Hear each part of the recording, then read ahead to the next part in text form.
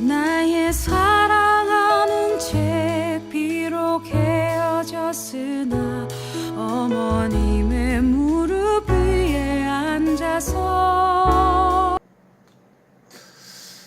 네, 오늘은 8월 14일 오늘 본문 사도행전 26장 24절부터 32절 말씀입니다. 사도행전 26장 24절 32절 말씀. 자, 오늘 본문은 굉장히 흥미로워요. 계속해서 이제 사도 바울이 그 헤롯 아그리빠 왕, 유대의 왕이죠. 헤롯 아그리빠 왕의 그 면전에서 이제 자기 변호를 하는 것인데, 이제 그 어제는 쭉 자기 변호를 했어요. 사도 바울의 삶이 후반, 그러니까 그 유대인으로서 예수님을 몰랐을 때의 그 삶 이후에 그 나머지 삶은 예수님을 빼면은, 복음을 빼면은 설명할 수가 없는 그런 삶을 살았잖아요. 그래서 사도 바울은 이제 자기 변호를 하는데, 당연히 이제 복음에 대한 이야기를 한 거죠. 그래서 이제 그것을 아그리빠 왕 앞에서 이제 재판정에서 그 이야기를 하는데, 오늘 본문 말씀 24절 말씀을 보니까, 바울이 이같이 변명함에 베스도가 크게 소리내는 거예요. 굉장히 화가 났다는 거, 듣기 싫은 거죠. 크게 소리내요. 이르되 바울아, 네가 미쳤구나, 이런 식으로. 여기 이제 성경이니까 좀 이렇게 약간 완화되어서 이렇게 기록이 된 건데, 이 뉘앙스를 보니까 굉장히 화가 난 거예요. 그만! 저 입을 다물게 하라. 옛날에 이제 사극 같은 거 보면은 이제 이런 분위기였던 것이죠. 네가 미쳤도다. 네 많은 학문이 너를 미치게 한다. 그러니까 사도 바울이 굉장히 공부를 많이 했다. 똑똑한 사람이다라는 것을 베스도도 알고 있는 거죠. 그래서 25절 말씀에 보니까 이제 바울이 이제 보통 그 높으신 분들과 이야기할 때는 좀 긴장되지 않나요? 직장에서도 괜히 상사한테 이렇게 보고하러 가면은 왠지 막 이렇게 힘들어가고 떨리고 좀 이렇게 말도 더듬거리게 되고, 이제 아무래도 동료들 대할 때 하고 상사들 대할 때 하는 거, 특히 이제 공적인 자리에서 달라요.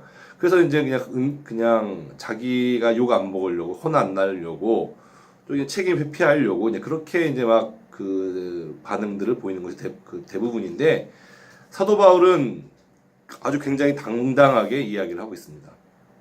예, 바울이 이르되 베스도가 커요. 제가 미친 것이 아닙니다. 저는 지금 올바른 말을 하고 있습니다. 라고 지금 얘기를 하고 있어요. 그래서 26절 말씀을 보니까, 왕께서는 이 일을 아시기로 내가 왕께 담대히 말하노니 이 일에 하나라도 아시지 못함이 없는 줄 믿나이다. 이 일은 한쪽 구석에서 행한 것이 아니니이다. 네, 올바른 사리 분별을 할 수 있는 사람이라면 자기 말을 들으면 이것이 그냥 거짓말이 아니다. 그냥 그 변두리에서 그냥 조금 일어나는 그런 일이 아니다라고 얘기를 하고 있어요. 그러면서 이제 아그리빠 왕에게도 얘기를 하고 있죠. 아그리빠 왕이요, 선지자를 믿으시나이까? 믿으시는 줄 아나이다. 아그리빠 왕은 이제 물론 이제 헤롯 대왕의 가계도를 보면은 에돔 사람이에요. 에돔 사람이지만 이제 이 사람들은 이제 아무래도 그 이스라엘 사람들과 같이 이렇게 긴밀한 관계를 오랫동안 맺어왔기 때문에 선지자를 이제 믿는다고 사도 바울이 이렇게 얘기를 하고 있죠.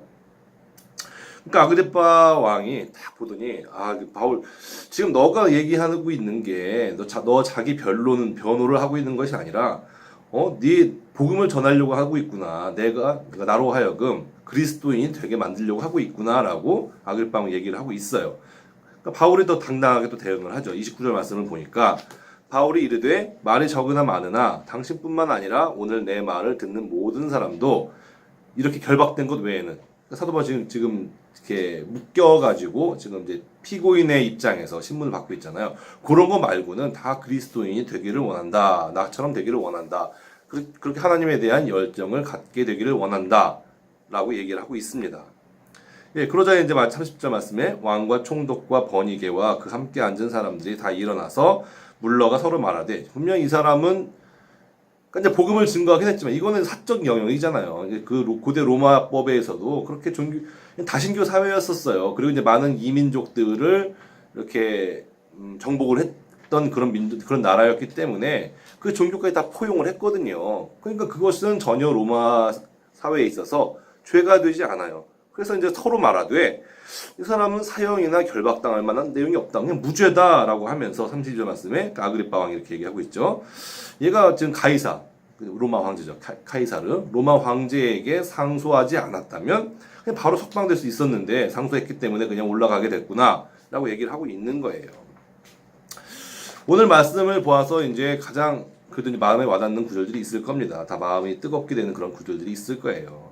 뭐 물론 사람들마다 다르겠지만 이제 대부분의 사람들은 이제 그 사도 바울이 자 나와 같이 되기를 원하나이다 라고 이야기했던 그 장면에 자 우리가 큰 도전을 받게 되기를 원합니다. 그렇잖아요. 네, 사도 바울의 마음에는요 예수 그리스도밖에 없었어요. 예수님을 가득 차 있기 때문에 사람은 누구나 자기가 입 밖으로 내는 말은 자기 마음에 있는 것을 내거든요.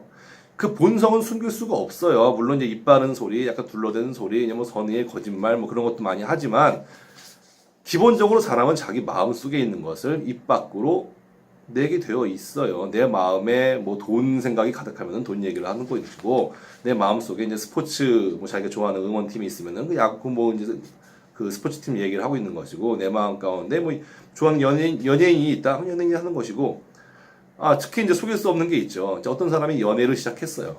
그럼 누가 물어보지도 않았는데 흘리고 다녀요. 나 남친 생겼어, 나 여친 생겼어, 뭐 이렇게 얘기하고 난 너무 좋아. 뭐 물어보지도 않았는데 마치 내가 연애하는 걸 알게끔 막 알리고자 하는 그런 마음이 있거든요. 그래서 이제 가장 그런 것들이 잘 나타나는 것이 뭐 카카오톡 프로필이라든지 아니면 뭐 SNS, 뭐 페이스북이나 인스타그램에 뭐 상태 이런 거 보면은 알 수 있잖아요. 뭐 누구누구와 연애 시작 며칠째 뭐 이런 거 나와 있고요. 뭐 카카오톡 프로필 보면은 알잖아요. 네. 그래서 이제 어떤 사람이 어떤 남자가 어떤 여자를 짝사랑할 때 이제 그 프로필들을 몰래 훔쳐 봐요. 근데 이제 자기가 짝사랑하는 여자가 다른 사람 남자를 좋아하고 연애 시작했다는 것을 보면은 또 그거를 지켜보는 짝사랑하는 남자의 마음은 무너지죠. 자, 이와 같이 아무튼 간에 사람은 자기 마음에 가장 지금 중요한 것, 가득 차 있는 것을 얘기하기 마련이에요. 사도 바울은 이런 법정에서도 예수님밖에 말할 수가 없는 거예요. 예수님 자랑만 하고 있는 거예요.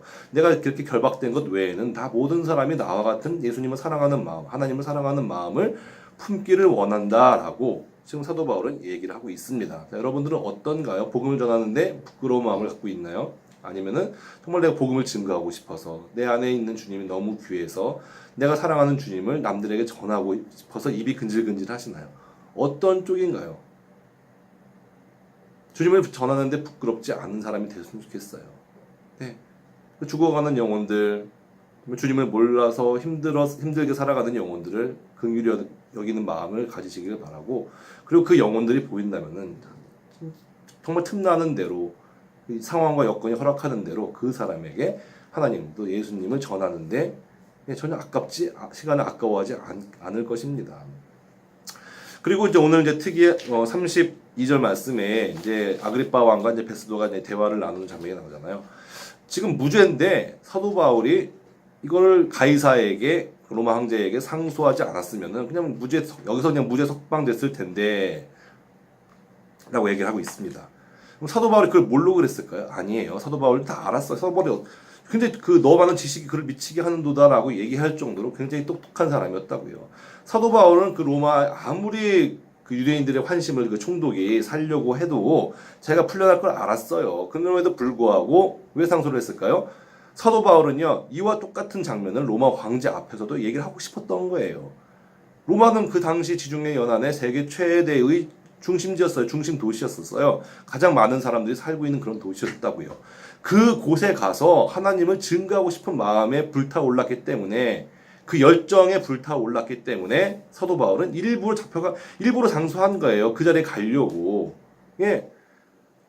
로마 군에 의해서 호송당하는 것보다 더 안전하게 로마로 갈 수 있는 방법이 뭐가 있습니까? 차비도 안 들지. 또 먹여주고 재워주잖아요. 그 로마 재정으로 로마의 그 국고에서 나오는 돈으로 편안하게 가서 많은 사람들 앞에서 복음을 증거하기 위해서 하나님에 대해서 이야기하고 싶어서 사도 바울은 가이사에게 상소한 것이에요.